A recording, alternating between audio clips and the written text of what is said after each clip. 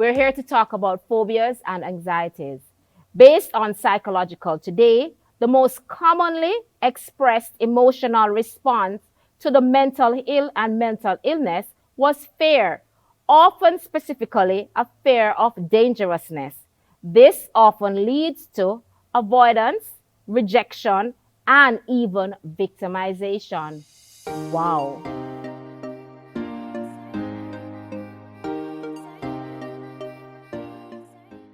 On this episode of Talkie Talk, I have with me Abigail and Britannia. Hi, guys. Hi. How are you? I'm okay. I'm good. Well, you do look good, I must Thank say. you. Thank you. So, before we jump into it, we just want to slide into this topic because it's kind of a sensitive topic. So, what's your take on phobia and anxiety? Okay, I personally feel like phobias and anxiety are just trauma responses, whereas a person has been through something traumatic, a traumatic event, and it develops as a way out of fear because traumatic events can be very traumatic Right. and they last. Sometimes they're really hard to get out of. So I really just feel like that's where they derive from, basically. I agree. How about you, Britannia? Well, I do mostly agree with what you're saying, because when I think about phobias, I think about like a crippling fear that someone would have probably developed from whatever experience that they have had, and anxiety is kind of like brushing the surface of it. In my opinion, it's like an extreme worriness about whether a fear or just like a concept, you know. And you're more both of you are saying that this is coming from like an experience somebody has, Yeah. right? And I totally agree with you guys, but with phobia and anxiety, I as you said before, phobia is like, yes, it is very serious. You have developed this and it's coming from some previous experience. For example, I have a girlfriend, she had phobia of balloons, and some persons will say balloons, but yeah, she had a traumatic experience with balloons. So hence you cannot have balloons around her, none at all. So even when she was having her son's birthday party, no balloons were allowed, and she made sure she told the guests to do not bring any balloons at all. So people would think that, yeah, balloon, but yes, the experience that she had with it caused her to have that phobia of balloons. So my next question is, what is your experience with anxiety and or phobia?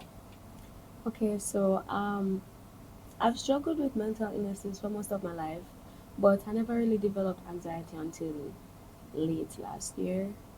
And I think it really started from my mom because my mom was diagnosed with breast cancer back in last year. Not last year, back in 2021. Okay. And I had to watch her go through that while also sitting my CSEC exams. And I was kind of her main caregiver because my dad was always trying to make money to be able to fund the treatment. So it was a lot of pressures on me at once, and having to watch her go through those hard days of chemotherapy and the surgeries and all of that, it really dented some trauma inside of me. And because of that, I developed health anxiety, whereas I'll feel a lump somewhere and immediately I am scared and I go straight to Google and then Google tells me I have cancer and anxiety attack. I will have the common flu and I am at the doctor as quick as possible because I am very scared of developing any type of illnesses. I'll have other anxiety attacks. Right. If I am reminded of something traumatic. I've had my fair share of sexual assaults and sexual harassment. So if I go to the place where it happened, or I hear something, or I see something that reminds me, I might have an anxiety attack. You know, I want to break a while, and we just go back to you. You said that your mother had been diagnosed, and at the time you were going through CXCs, junior exams. What I want to bring out is that you personally was not experiencing cancer, but because of you seeing your loved one Yeah. experience it, it brought on an anxiety. Yeah, a lot actually, a lot. And I think it also had to do with around the time I was just coming to admit and acknowledge and realize the fact that I did go through sexual assault, Mm-hmm. because I was very much in a big denial stage for the most part. So with having to finally acknowledging it and then having to watch my mom go through that and doing exams, it was a lot at once. It seems like it was a lot, Yeah. Abigail. And the mere fact that you were just coming to grips with the fact that, yes, I went through something, and then there And was a then my mom was bomb, there is cancer. another Yeah. thing for you to be going through. But you're a mighty strong young woman, Thank man. you. Thank you. So I'm going to break right here with you, but I'm going to come back because there's something else I want to ask you. I want to just up on over to Brittany and ask her the same question. Well, I don't think I would have any phobias because that's a bit extreme for me. But as it relates to anxiety, I know that there is a lot of pressure for me as it relates to being in the spotlight. Because growing up, my family members learned that I could sing and I could dance. You know, as a child, you never really thought much of it. But the older I got, the more I realized that there was a high expectation placed on me. Okay. So, you know, everybody loved how I sounded and how I danced, but I just felt like if I messed up, it's the end of the world. So sometimes I'm on the stage and I have to be calming myself down, and like my heart is pacing and I'm like, Jesus Christ. Sometimes I'm in the middle of a song and I'm ready to walk off the stage, you know. But I guess I have something called perseverance, but that's one thing. And the other thing would be as it relates to my illness, my health. So before, I was kind of used to the whole doctor thing, hospital thing, getting sick and everything. But now, more recently, I started to realize that there's a big problem when I get sick now. Like, as soon as I feel like a pain somewhere, I feel like I'm going to hyperventilate.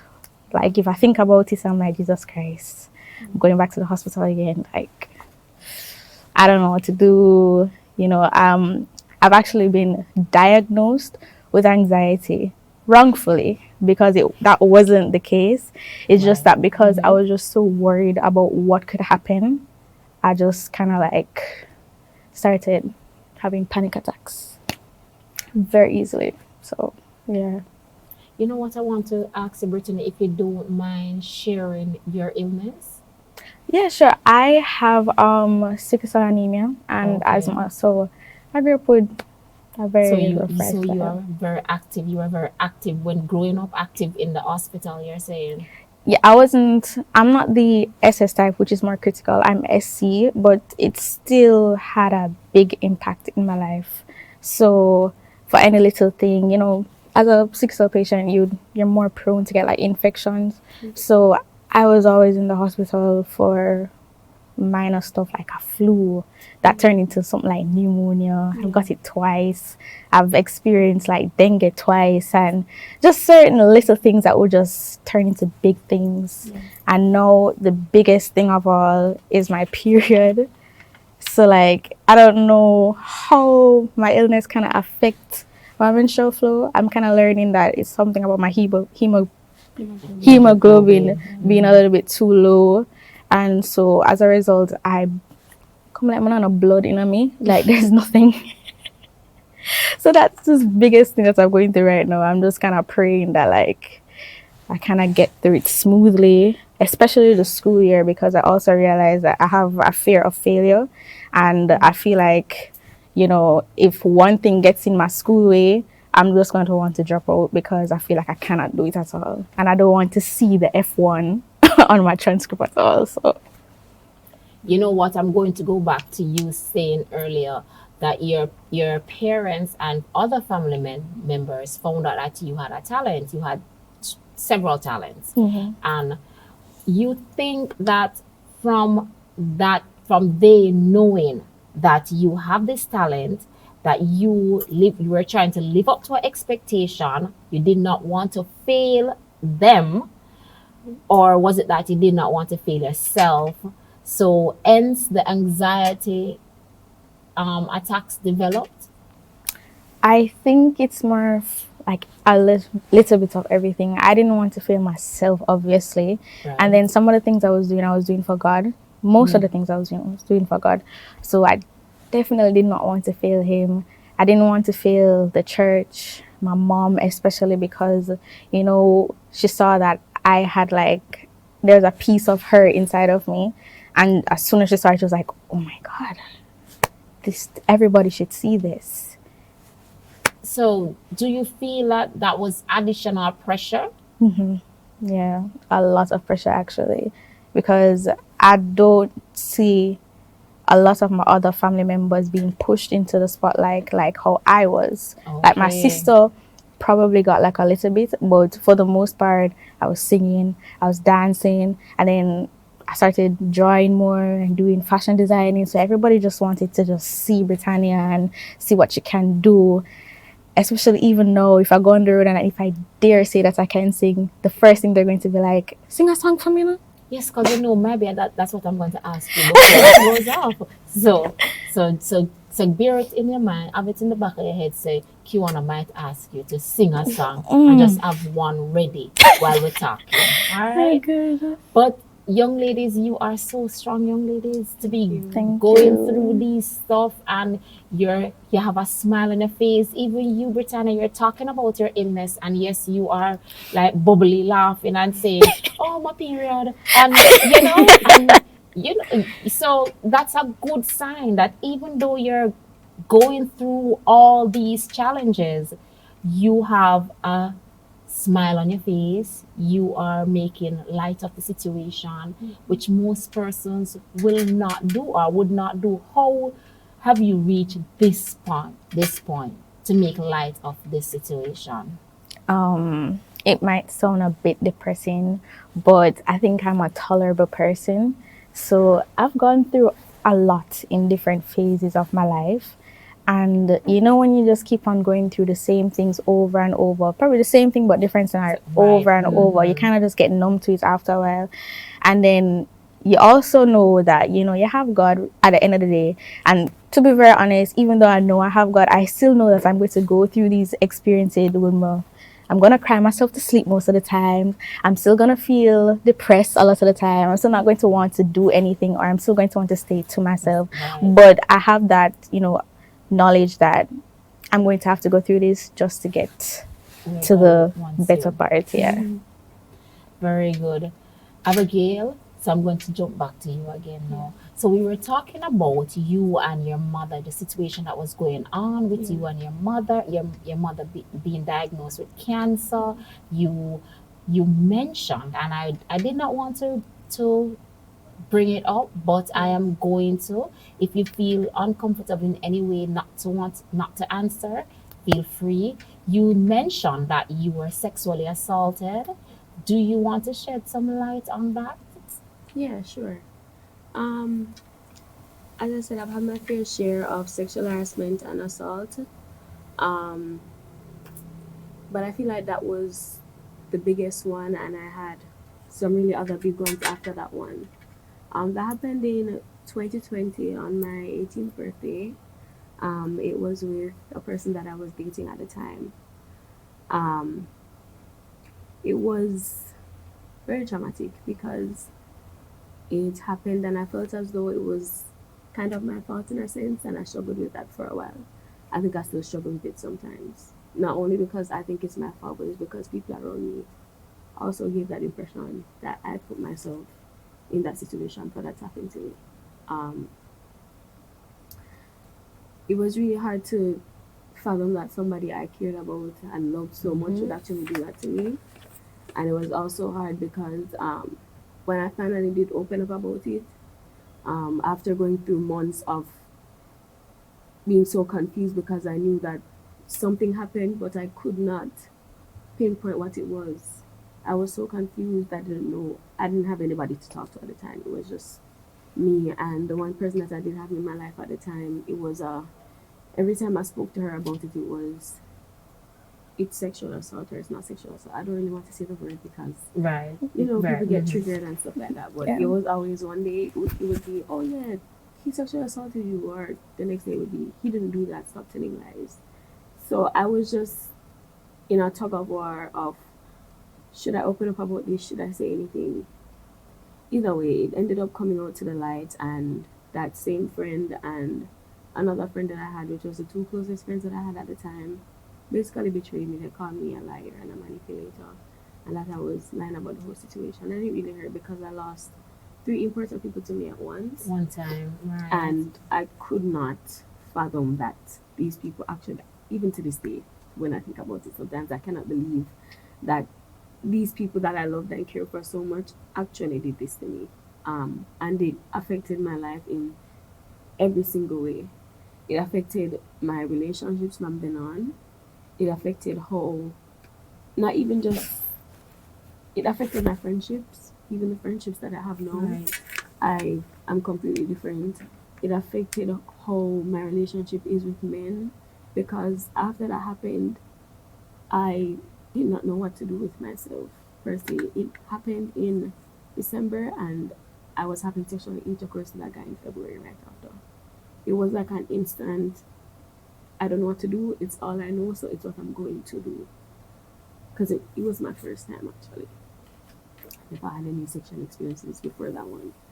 Um, and so I plummeted myself into sex, and I just grew this huge want and addiction and need for it, even to this day. And sometimes it's embarrassing to talk about, but it was just how my mind reacted to the trauma. Um, and so even then, after that, my relationship with men was just, I did not want to get into anything serious or anything that would be deep. And I think that's another fear that I have. Um, Relationships for sure. Having to put myself back into that space to be vulnerable again, because I opened up to that guy and I told him that my virginity was very important to me, and I didn't want it to be just something that was done just like that. And he knew, because I talked to him about it a lot of times, and to think that even though you knew that it was so important to me, you decided to take it away from me was a lot. And I just did not want to be vulnerable with guys ever again. Ever again. Abigail, have you ever thought about getting counseling, or have you ever been counseled? Yeah, I have. I dealing with that timeline after I did finally acknowledge the fact that it happened to me, which is in about July, August of 2021. Um, I didn't get therapy right away, but I also experienced some more sexual assault or sexual harassment down the line. And I feel like over time, in going into the mid summer of 2022, late 2022, it's like everything that I have been hiding in a box, it just burst open, and I couldn't control it anymore. I couldn't push it away. It was just like a flow of everything from my childhood, coming up with grown men with me as a child, coming right down to that moment and back into the other sexual harassment experiences I had. It was just a full flow, and it hit me like a truck. And I went down a very self-destructive path. And there was a point where I got to, and I was like, I need to get help, because if I keep going down this path, I'm not going to be here after a while. And you realized that within yourself. Actually, I knew that I needed help, but I actually got a push from a friend. She's actually going to be on the show today. She texted me one night, and she was like, I wasn't eating because I also developed anorexia as well. I wasn't eating, and she was like, Abigail, you need to get help. And I was like, I was pushing it off, joking about it, because that's what I always do, joke so I don't have to cry. But Hold on 1 minute. So you were using comedy yeah, to cover your wounds. I would always joke about it. I laugh, even though I was very much hurting. But I guess I also didn't want to open up myself to my friends as well, seeing as though what my last friend did to me, because she was my first friend right after that experience. So I was just a very closed off person, a very closed off person. But she was like, "We gave me to eat," and she sent me a voice note of her crying and saying that she feels so helpless because she can't help me, and the only person that can really help me is myself. And I think it was a wake up call for me. Like, I'm not only hurting myself, I'm hurting the people around me, and I need to get help. So I went ahead. I went to therapy in, it was in October. I don't remember, somewhere around there.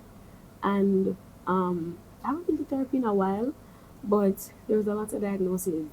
A lot of diagnoses. Um, yeah, that's when I realized that I really do have anxiety, because I never thought I did before Mm-hmm. until I went to therapy, and she said to me like, you know, that's